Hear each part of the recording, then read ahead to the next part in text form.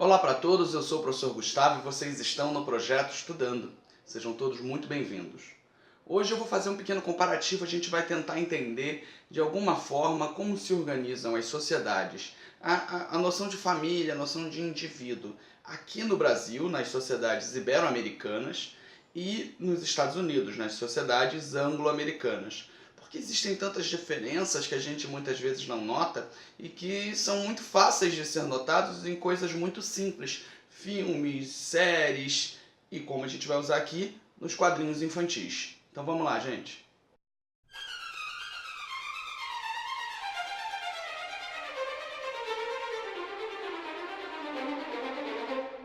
Falando muito rapidamente, se a gente vai falar de quadrinhos infantis aqui no Brasil, obviamente a gente vai trabalhar com Turma da Mônica. E se a gente vai trabalhar com quadrinhos infantis nos Estados Unidos, a gente vai trabalhar com o Walt Disney. É óbvio que existem algumas consistências e outras inconsistências em termos de datas.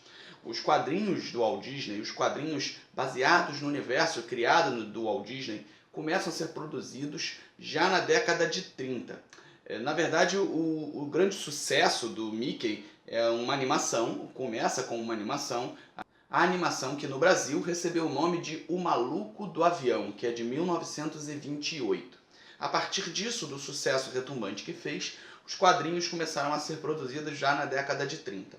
Inicialmente com o controle do próprio Walt Disney, mas isso foi sendo passado para diversos outros artistas. Já em 1935 você tem uma revista própria do Mickey e na década de 40 um grande gênio assume os quadrinhos da Disney. Esse gênio se chama Carl Barks. O Carl Barks é o grande responsável pela criação de diversos personagens da Disney. Além disso, ele é quem cria Patópolis, a cidade onde mora todos os personagens, e diversas sutilezas daquele universo, que dá uma continuidade muito grande nos quadrinhos, muito maior até do que nos próprios curtas daquela época. Em 1980, um outro gênio, uma outra pessoa, um outro grande artista assume os quadrinhos da Disney, que essa pessoa se chama Dan Rosa. Então os quadrinhos são criados, pode-se dizer assim, pelo Walt Disney, os quadrinhos daquele universo, mas quem dá continuidade é principalmente o Carl Barks e o Dan Rosa a partir dos anos 80. Já ali a criação do universo da Turma da Mônica, do universo do Maurício de Souza, só começa a acontecer de fato em 1959, quando você tem um grande movimento dos artistas brasileiros por reserva de mercado do quadrinho nacional. Naquela época o mercado nacional praticamente não existia, ainda hoje é bastante incipiente, mas naquela época ele nem existia, e a maioria das produções eram feitas por sindicatos aqui no Brasil, as próprias editoras eram menores, eram suplementos que alimentavam os jornais dominicais. Naquela época, o Maurício de Souza era um repórter policial do Correio da Manhã. Ele acaba fazendo parte desse movimento e liderando depois o Sindicato de Produtores de São Paulo. E aí, a partir disso, a partir dessa possibilidade, ele começa a poder publicar os seus primeiros gibis. Talvez muitos não saibam, mas o primeiro personagem, o personagem principal do universo do Maurício de Souza, inicialmente era o Bidu e o Franjinha, que são hoje personagens coadjuvantes desse universo da Turma da Mônica.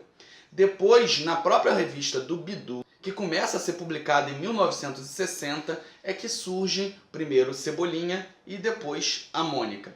A gente sabe que o Maurício ele se inspirava em diversas personagens reais, em pessoas reais próximas a ele. E ele mesmo fala abertamente que a Mônica foi uma inspiração na filha dele, assim como diversos outros personagens ali daquele universo. Na década de 70, a Abril começa a publicar as revistas do Maurício de Souza, e aí ela que dá revistas próprias para Cebolinha, para Mônica, para diversos personagens ali. Já em 1986 é que a Globo passa a publicar os quadrinhos da Turma da Mônica. Foi exatamente a fase que eu peguei quando era criança. Quando eu era criança eu lia muita revistinha da Turma da Mônica. Comprava aqueles almanacões de férias, eu adorava aquilo. Foi realmente o início da minha avidez por quadrinho e por leitura em geral. Eu acho que realmente o quadrinho ele é o primeiro momento, o primeiro contato com leitura que todo jovem tem que ter. Então a gente aqui vai comparar, na verdade, o bairro do Limoeiro, que é o local criado pelo Maurício de Souza para abrigar aqueles personagens dele, com o Patópolis, que é criado pelo Karl Barks para poder abrigar todos aqueles personagens que o Walt Disney havia criado. E aqui a gente vai ter que fazer algumas ressalvas. A gente vai estar comparando aspectos de sociedade.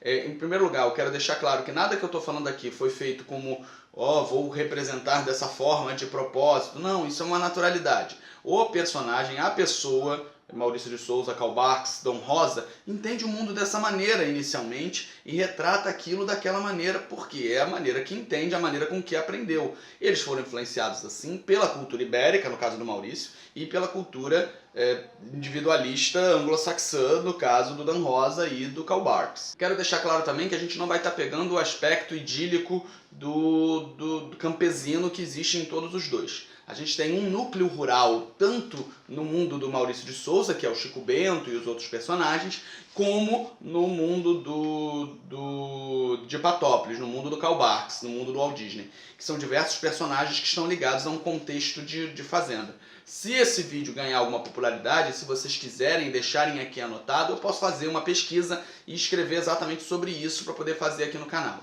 Outra coisa, que esse vídeo todo, na verdade, ele é produzido a partir de um artigo que eu escrevi há algum tempo atrás, fazendo esse comparativo. Muitos dos vídeos aqui do canal são realmente produtos acadêmicos que eu transpasso de artigos que eu apresentei aí por algum simpósio ou apresentei alguma palestra para vídeos curtos para que vocês possam ter contato com isso de maneira rápida. O bairro do Limoeiro ele é criado pelo Maurício de Souza como uma ficção de um bairro no subúrbio de São Paulo. Só que ele é bastante distante do que a verdade a gente vê como realidade. Por quê? Porque as casas são espaçadas, não existe muro, não existe nenhum tipo de separação entre as unidades familiares. O que é uma questão muito distante do brasileiro. Mas em contraposição ali você tem uma representação do que é compreendido como comunidade. Porque todos os personagens eles estão na verdade dentro do mesmo universo, dentro do mesmo conjunto. A gente vê personagens chegando, a Mônica indo visitar o Cebolinha, chegando na janela dele e falando direto com ele. Isso é exatamente para criar uma ideia de proximidade, de comunidade, como se aquilo fosse tudo uma coisa só. Existe muito pouco acesso à cultura e a lazer, porque ali a ideia é representar uma infância e os personagens são sempre infantis, pelo menos os principais.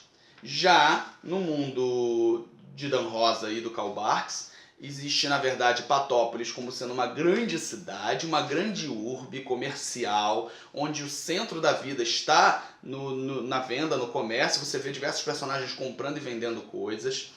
O foco sobre o mundo do trabalho é muito pequeno, mas ele existe. Os personagens trabalham, eles são adultos. É uma escolha de representação isso. Inclusive existe um centro residencial mais afastado e até indústrias naquela localidade. Então a gente vê que a noção de ideal representada nos dois lados são completamente antagônicas. Não é um bairro residencial, porque aquilo que é representado, aquilo que é entendido pelo seu autor como ideal. Já dentro do Karl Barks e do Dan Rosa, a urbe é o centro, porque é o que é estimulado dentro da noção anglo-saxã. Também existe aqui uma noção de individualismo. O individualismo americano, a ideia do homem que se faz por si mesmo, está completamente antagônico com a cultura aqui da Ibéria. Vamos pensar da seguinte maneira.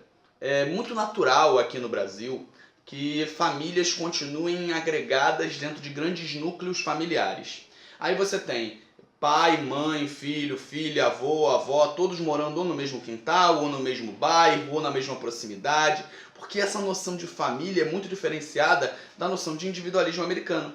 Aí você vai ver um filme qualquer, a pessoa se forma, ela vai para a faculdade onde ela já mora sozinha, depois ela tem que morar sozinha numa casa dela, é o que é esperado disso. Porque é a maneira com que aquela sociedade se organiza desde tempos primordiais.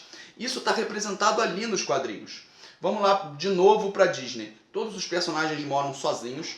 Todos os personagens, nenhum deles tem uma unidade familiar organizada. O Mickey namora Minnie há milênios e nunca se casou. A Margarida e o Pato Donald são namorados, mas não tem um casamento.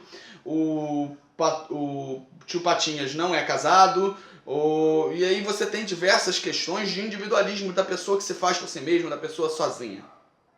Já passando aqui para o contexto brasileiro do bairro do Limoeiro, todas as unidades familiares são noções da época, no momento que foi criada, é bom deixar isso claro, unidades familiares tradicionais. Pai provedor, mãe dona de casa. E aí a gente pode pegar todos os personagens principais.